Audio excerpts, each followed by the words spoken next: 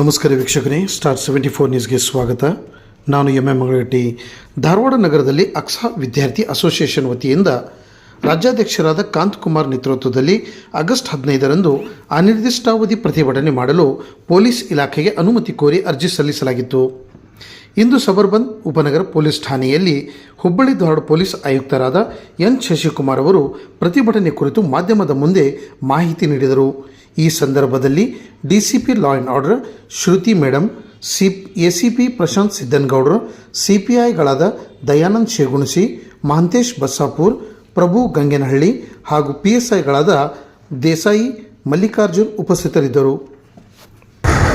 ಅಕ್ಸಾ association ಏನಿದೆ ಅದರ ರಾಜ್ಯಾಧ್ಯಕ್ಷರು ಕಾಂತಕುಮಾರ್ ಮತ್ತು ಅವರ ಪದಾಧಿಕಾರಿಗಳು 18ನೇ ತಾರೀಕು ಮಿಶಿಗನ್ ಕಾಂಪೌಂಡಲ್ಲಿ ಒಂದು ಪ್ರತಿಭಟನೆ ಮಾಡ್ತೀವಿ ಅಂತಂದು, ಅದು ಅನಿರ್ದಿಷ್ಟಾವಧಿ ಕಾಲ ಧರಣಿ ಸತ್ಯಾಗ್ರಹ ಮಾಡ್ತೀವಿ ಅಂತ ಹೇಳಿಬಿಟ್ಟು ಅವರು ಒಂದು ಅರ್ಜಿಯನ್ನು ಕೊಟ್ಟಿದ್ದಾರೆ.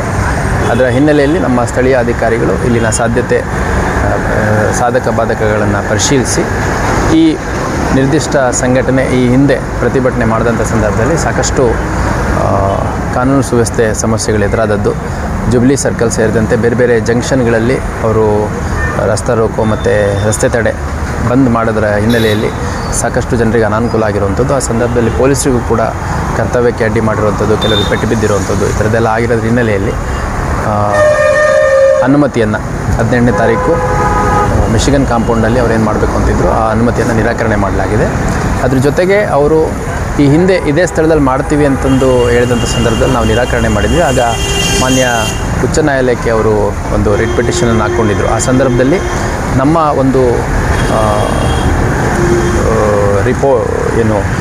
ಇದು ಕೊಡ್ತೀವಿ ವರದಿಯನ್ನು ಮತ್ತು ವಾದವನ್ನು ಪರಿಗಣಿಸಿದಂಥ ಹೈಕೋರ್ಟು ಈ ಹಿಂದೆ ಹುಬ್ಬಳ್ಳಿಯ ನೆಹರು ಮೈದಾನದಲ್ಲಿ ಇಂತಿಷ್ಟು ಜನ ಇಂತಿಷ್ಟು ಸಮಯದಲ್ಲಿ ಮತ್ತು ಈ ಎಲ್ಲ ಷರತ್ತುಗಳನ್ನು ಒಳಗೊಂಡಂತೆ ಮಾಡಬಹುದು ಅಂತಂದು ಅವರಿಗೆ ಸಕ್ಷಮ ಪ್ರಾಧಿಕಾರಕ್ಕೆ ಅಪ್ರೋಚ್ ಮಾಡಿ ಅಂತ ಡೈರೆಕ್ಷನ್ ಕೊಟ್ಟಿತ್ತು. ಆಗ ಅವರು ಯಾವುದೇ ಪ್ರತಿಭಟನೆ ಮಾಡಿರಲಿಲ್ಲ.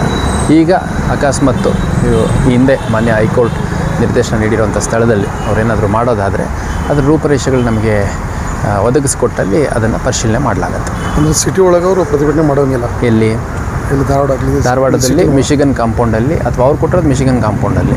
ಮತ್ತು ಈ ಹಿಂದೆ ಶ್ರೀನಗರ ಸರ್ಕಲ್ ಕೇಳಿದರು, DC ಆಫೀಸ್ ಹತ್ರ ಕೇಳಿದರು, ಹಾಗೂ ಕೂಡ ನಿರಾಕರಣೆ ಮಾಡಿದ್ದೀವಿ.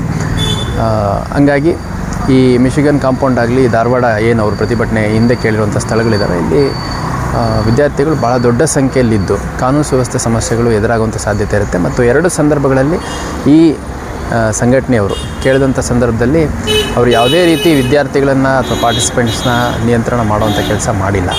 ಆ ಸಂದರ್ಭದಲ್ಲಿ ಸಾಕಷ್ಟು ಕಾನೂನು ಸುವ್ಯವಸ್ಥೆ ಸಮಸ್ಯೆಗಳು ಎದುರಾದದ್ದು ಕೂಡ ತಾವೆಲ್ಲ ಗಮನಿಸಿದ್ದೀರಿ. ಅದರ ಹಿನ್ನೆಲೆಯಲ್ಲಿ ನಿರಾಕರಣೆ ಮಾಡಲಾಗಿದೆ.